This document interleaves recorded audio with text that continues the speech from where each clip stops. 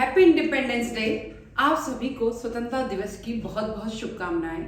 सबसे पहले बात करते हैं अपन अपने तिरंगे के लिए। मेरा तिरंगा मेरी शान, इस पर है जान कुर्बान। सिर्फ एक दिन नहीं, हर दिन तिरंगे को सलाम। Happy independence day. सभी को स्वतंत्रता दिवस की बहुत बहुत शुभकामनाएं। आरआरबी के पेपर चल रहे हैं, आने वाले हैं, कुछ के पेपर्स बाकी है। सभी को मैं कहूंगी, सभी के लिए स्वतंत्रता दिवस की बहुत ही शुभकामनाएं। और आज का जो वीडियो होने वाला आपका आरआरबी का, वो भी स्वतंत्रता दिवस के ही उपलक्ष्य में है। बात करते हैं कुछ क्वेश्चंस के बारे में जो स्वतंत्रता दिवस से रिलेटेड है या अपने इंडिया से रिलेटेड है, उसकी बात करते हैं। कुछ क्वेश्चन है, भारत का राष्ट्रगान कौन सा है? जन गण मन। भारत का राष्ट्रगान किसने लिखा? रविंद्रनाथ टैगोर ने। फिर आता है, राष्ट्रगान पहली बार कब गाया था? 27 दिसंबर 1911 भारतीय राष्ट्रीय कांग्रेस के कांग्रेस जो है कोलकाता अधिवेशन में गाया गया था। राष्ट्रगान की अवधि कितनी होती है? राष्ट्रगान की अवधि 52 सेकेंड होती है। फिर बात करते हैं, राष्ट्रगान की मूल भाषा कौन सी है? बंगला। तत्सम संस्कृत मिश्रित है। राष्ट्रगान की कुल पंक्तियां कितनी हैं? 5 पद है। राष्ट्रगान में किन राज्यों का उल्लेख है? पंजाब, सिंध, गुजरात, मराठा, द्रविड़, उड़ीसा और बंगाल। राष्ट्रगान में कौन कौन सी नदियों का उल्लेख है? गंगा और यमुना।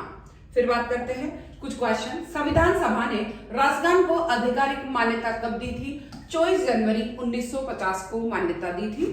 कुछ कलर चेंज कर देती हूँ आप लोग के लिए।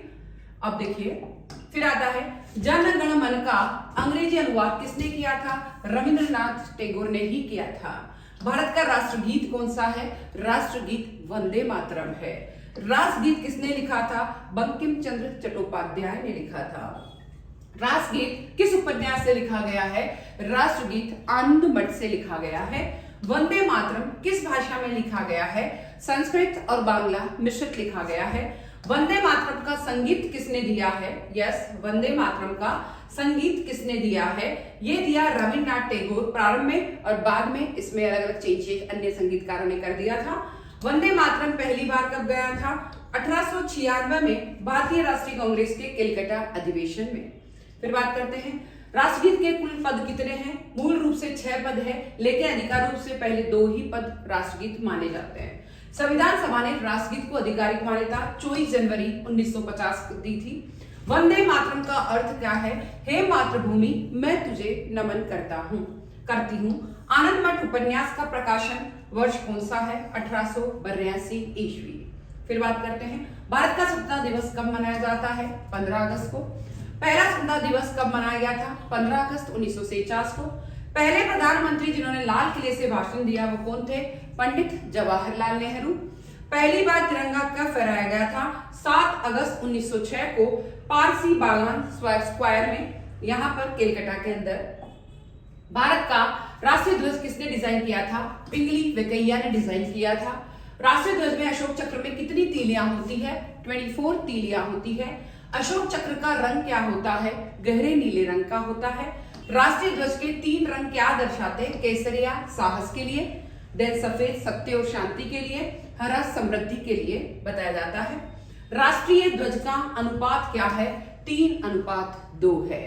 राष्ट्रीय ध्वज में बीच की पट्टी का रंग कैसा होता है? बीच की पट्टी का रंग सफेद होता है। राष्ट्रगान की धुन किस राग पर आधारित है? राग है आलिया बिलावल। ठीक है। वंदे मातरम की धुन किस राग पर आधारित है? राग देश पर आधारित है। फिर राष्ट्रगान में जो है सिंध किस क्षेत्र को दर्शाता है? वर्तमान में पाकिस्तान में सिंध। फिर जनगण मन का पहला ही पद राष्ट्रगान क्यों है?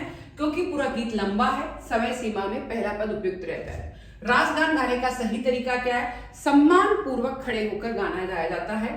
राष्ट्रगान बजते समय क्या करना चाहिए? सिर खड़े होकर ध्यान पूर्वक सुनना चाहिए। फिर वंदे मातरम को गाने की समय अवधि कितनी है? लगभग 1 मिनट 5 सेकेंड में पूरा गीत होता है। राष्ट्रगान में किस पर्वत का उल्लेख है? हिमालय पर्वत का उल्लेख है। राष्ट्रगान में जय हे कितनी बार आता है? जय हे, इस तरीके से ये 3 बार आता है। राष्ट्रगान के अंत में क्या शब्द आते हैं? जय हे जय हे जय हे। फिर आता है, क्या राष्ट्रगान का वाद्य यंत्रों पर बजाना अनुमत है? हाँ, लेकिन सम्मानजनक तरीके से। फिर क्या राष्ट्रगीत का गाना अनिवार्य है? हाँ, लेकिन सम्मान के साथ गाया जा सकता है। जनगण मन कब रेडियो पर पहली बार बजा? 27 दिसंबर 1935 को जनगण मन बजा। वंदे मातरम का अंग्रेजी अनुवाद किसने किया? अरविंद घोष ने किया। फिर आते हैं, क्या राष्ट्रगान को तेज गति से गाया जा सकता है? नहीं, निर्धारित गति से ही गाया जाना चाहिए। वंदे मातरम के भारत की तुलना किससे की गई है? देवी दुर्गा से की गई है। राष्ट्रगान में जनगण का अर्थ क्या होता है? देश के सभी लोग। ठीक है। फिर आता है, राष्ट्रगान में किस दिशा से सूर्योदय होता है? पूर्व से सूर्योदय होता है। राष्ट्रगीत के पहले पद में सुजला सुफला का अर्थ क्या होता है? जल और फल फूल से संपन्न सुजला सफला का अर्थ होता है। राष्ट्रगान और राष्ट्रगीत का महत्व क्या है? यह भारत की एकता, संस्कृति और गौरव का प्रतीक है।